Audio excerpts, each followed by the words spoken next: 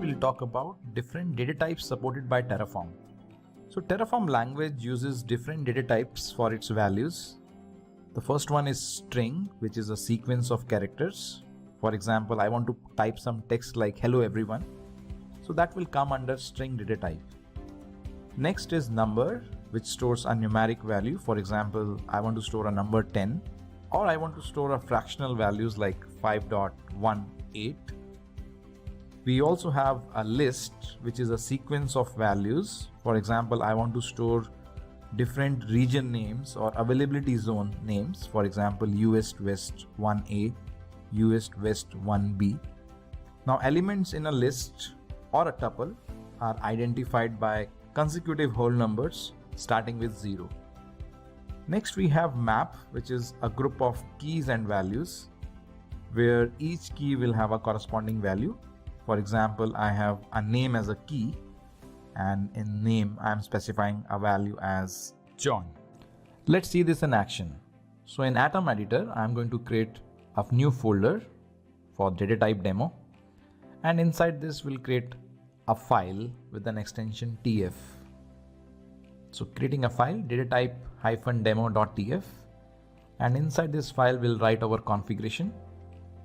This is a JSON format we discussed few times. So first of all, we have a provider code I have copied from my previous snippets, and now adding a resource. So the first resource that I want to include is AWS IAM user. IAM stands for Identity and Access Management, where we can create users and group. And I'm giving a variable name to this resource, a local variable name as user. Now let's add the relevant properties for this resource or attributes. For example, name for this user, then adding a path variable to a system. So our resource with the user and the name and the path is specified. So now here, if you see, the name I have given as a static or a hard-coded value. Now I want to use a variable for this username using a keyword var.usernumber, and I want to make sure that this particular variable is of a specific type. So going to data type folder, we'll create a new file, variables.tf.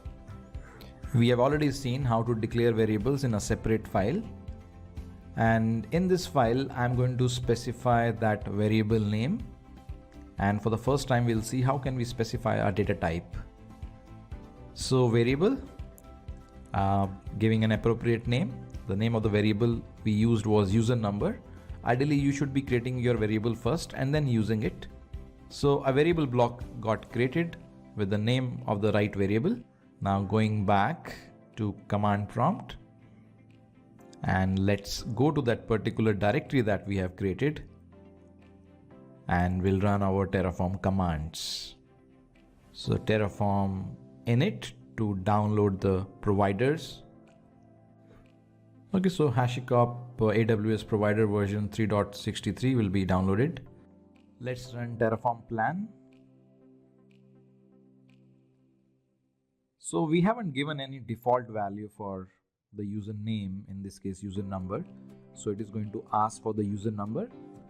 And let me provide a string value, Terraform-user, the value that I want to give for this particular variable. And it hasn't complained anything, which means, although the name of the variable I gave user number, and inside that I put a string which is Terraform-user, and it accepted without any problems. So how to ensure that whatever data type I want to specify, it should adhere to that? So we'll go to variable file, and within that variable block, in this case user number, I'm going to specify a type. This is the first time we are seeing how to specify a type, and here I have given number as a type. And now let's try Terraform plan. It is prompted for the value. Again, I'm trying to type a string here, and since I have specified that the data type for this should be a number, it hasn't accepted this string. Now I want to try putting a value as number just to prove that the data type that we have specified, it supports that. So putting a numeric value 1, 2, 3, 4, and it seems it is working fine. It has not complained anything. So this shows if we specify a particular data type, the values of the variable that you put, it adheres to the type that you have specified. Okay, let's go to Terraform registry website, and there are some examples, and let's copy a load balancer example from this website. And you see there are many variables. Some of the variables or attributes are optional and some of them are mandatory. So I've copied a snippet and we'll put this in another file. So creating a new file, giving an appropriate name to this file. Let's say ELB. ELB is a short form of load balancer, elastic load balancer, which is used to distribute the load across different applications. So I have just copied the code as it is. And let's try to understand. There are instances. Let's get rid of this. There are listeners. We can remove this as well because some properties are optional and some are mandatory. I want to have a limited code. This is access log related to permission. Let's remove that as well. And the remaining things looks fine. The resource name bar is the local variable name. The name of this resource right now is again picked from the website as it is. And now I can use a variable name. ELB underscore name is and this is something I can specify in my variable TF. So creating one more variable with this name. Variable is a keyword here, and this is the resource name that you are specifying, or your variable name that you are specifying. The value in the code is something you are going to utilize. So right now I have not given any value, and there is another variable, availability zones. I'm creating another block for this availability zone variable and giving a name as AZs, availability zones. And you might have noticed it's a type, the type of availability zone is a list.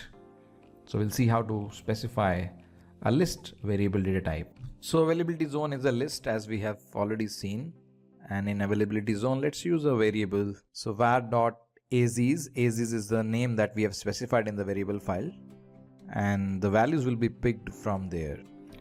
Let's change the value of other attributes. So timeout, I'm creating a new variable, and same value is there in the line number 25. So I will specify timeout here as well. And going back to my main variable file, we'll add one more variable in this list. So the name of the variable is timeout and the value is 400. And right now I'm keeping it blank. I'm not providing any values, which means when you will run the file, it will prompt you to add the values of the variables. So I have created another file, tfwarts.tf, and here I can specify the values. So this is something we are seeing for the first time. You declare your variables here and you haven't specified any value. You haven't specified any default value, and in this extra file, which is tfwarts.tf, and here I am specifying the values. For ELB name, I have put a string. For timeout, I am giving a string, again 400. Since it is in quotes, it's a string value. And for AZs, since it's a list, it has to be handled a little differently. So list, we learned, it's a sequence of items. So I want to copy some example. Let's say in a list, I want to keep an availability zone, and from the URL I have copied the region name. And if you put ABC as an extension of a region name, it becomes an availability zone. So right now, just one availability zone. I'm commenting this user number and cross-checking how many variables are there. ELB name is there, then AZs is there, and the timeout. So total 3 variables.